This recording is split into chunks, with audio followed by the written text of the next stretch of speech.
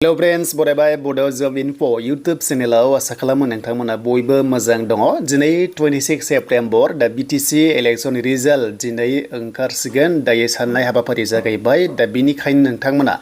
भिडिअखौ जोबजासिम नाय नोंथांमोना लाइव आपडेट होगोन नेक्स्ट लेभेलाव दायो नोंथांमोना डिटेल्सखौ लाबोग्रोबाय जे टोटल बेसेबां सीट्स नांगोन देरहानो एबा सरकार दानो एबा टोटल सीट्स बेसेबां दं BTC आव बेनि सायाव नोंथांमोनजों सावरायगोन जे नोंथांमोना बड' जब इनफो YouTube चेनेलाव गोदान साबस्क्राइब खालामना ला जाहाथे लेटेस्ट आपकामिं रिजल्ट नोंथांमोना मोननो हायो दायो जों फैबाय अफिशियेल वेबसाइटआव बेयावनो नोंथांमोननि रिजाल्टआ लाइभ फैगोन बेनो जाबाय स्टेट इलेक्शन कमिशन आसाम दा बेयाव नोंथांमोननि हमना ला BTC इलेक्शना टोटल जोंहा समस्थिया दङ 40 सीटआव MCLA इलेक्शन गेलेदों जेराव सरकार दानोबा 21 सीट नांगोन होमबासो सिंगल पार्टिया सरकार दानो हागोन जेरै UPPL एबा BPF तो BJP हारसिं सरकार दाखाया बेखौ जों मिथिखाबाय मानोना मैक्सिमाम कैंडिडेट्स होआखै बिथांमोना एलायन्सआव थानो हागौ जुदि 21 सीट्स UPPL मोनाबा एबा BPF मोनाबा लोगो नांनानै सरकार दानो हानाय चान्सआ दङ दा तो नोंथांमोननि काउन्टिंआ अके एबा दानि बर्डनि रिजाल्ट साननाया 8 बाजिनिफ्राय जागायबाय दायो सानगासिनो दङ डिस्ट्रिक्ट लेभेलाव सानगासिनो दङ नोंथांमोननियाव जेरावबो गासै गंबा डिस्ट्रिक्टआव सानगासिनो दङ नाथाय रिजाल्ट ओंखारनो 2 रिंगानि उनावहाय माने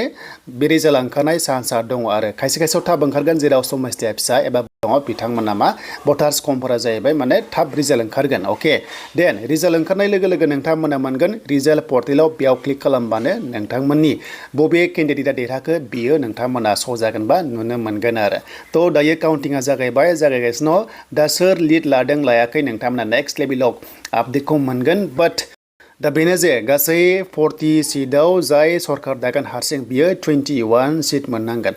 आरो जुदि सोरबा 15 सीटल' मोनोबा हमना ला 6 खौहाय लोगोआव लाफानांगोन आरो बे 6आ सोर जागोन बेनि सायाव नोंथांमोना बेखौहाय थाबैनो मोनसिगोन जेब्ला फाइनाल रिजाल्ट ओंखारो दा जियानो जा बयनिसिमबो अल द बेस्ट थाबाय जेनेखि BPF पार्टी UPPL पार्टी आरो BJP पार्टी नोंथांमोननिसिम बयनिसिमबो अल द बेस्ट थाबाय जाहाथे माने मैक्सिमाम मेजरिटी सीट लानानै सरकार दानो हायो बेनो जाबाय BTC आव ओके आरो बे BTC इलेक्शन नोंथांमोना फैनानै दिनै मोनबाय एबा दिनैहाय नोंथांमोना साननायखौ मोनबाय आरो रिजाल्टआ थाबैनो ओंखारसिगोन नैबे रिजाल्ट पर्टेलाव दा जि सरकार दाया माने एबा सोर देरहादों नोंथांमोना नेक्स्ट भिडिअ मोनगोन बबेयाव सोर देरहाग्रोखो बेखौबो नोंथांमोननो लाइभ होनो नाजागोन दा जों रिजाल्ट पर्टेलाव क्लिक खालामनाय लोगो लोगो साइडआ एसे दायो बिजि जादों अब्लाबो नोंथांमोना ट्राइ खालामबाय था सोर सरकार दागोन दाया नोंथांमोना दिनै गासैबो सोराङाव मोनसिगोन गोबांथार सावरायगासिनो दङ BPF दागोन हारसिं आरो लोगोसे बुंदों UPPL हारसिं दागोन आरो लोगोसे किंमेकार BJP जागोन आरो BJP आ सोरजों थागोन थाया फिक्स नङा बेबादि गोबां खोथा दायो ओंखारगासिनो ग्राउन्ड लेभेलाव दा जियानो जा नै नोंथांमोना मोनदों दासिम बावहाय BTC नि आपडेटआ बाव ओंखारथ'वाखै दायो बर्तमान नै आं भिडिअ खालामनाय टाइमाव 8 बाजियाव आरो थाबैनो ओंखारसिगोन नोंथांमोना 12 बाजिनि उनावहाय नोंथांमोना भिडिअ मोनबावगोन नायनो दाबाव आरो सोर देरहादों देरहाया नोंथांमोना बेयावनो जेरै नै बेबादि नोंथांमोना मोनदों बेबादि टाइपनि नोंथांमोना पार्टी नामखौहाय नैबावहाय BTC थानानै नोंथांमोना मोनगोन आरो नेक्स्ट लेभेलाव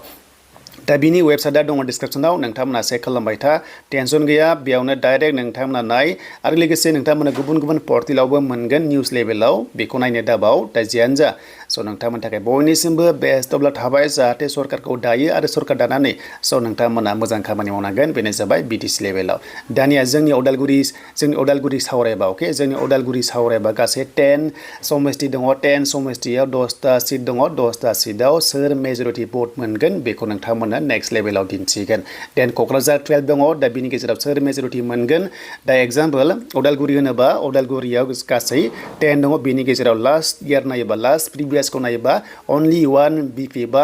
देरहादोंमोन आरो हमना ला क'क्राझाराव 12 दङ बिनि गेजेराव अनलि 1 UPPL देरहादोंमोन देग्लाय बियो एसे चेन्ज जानाय चान्सआ दङ दा बिनि आपडेटखौ नोंथांमोना नेक्स्ट लेभेलाव मोनसिगोन दा बेनो नोंथांमोननि थाखाय दानि आपडेट आरो नेक्स्ट लेभेलाव नोंथांमोना लोगो मोनगोन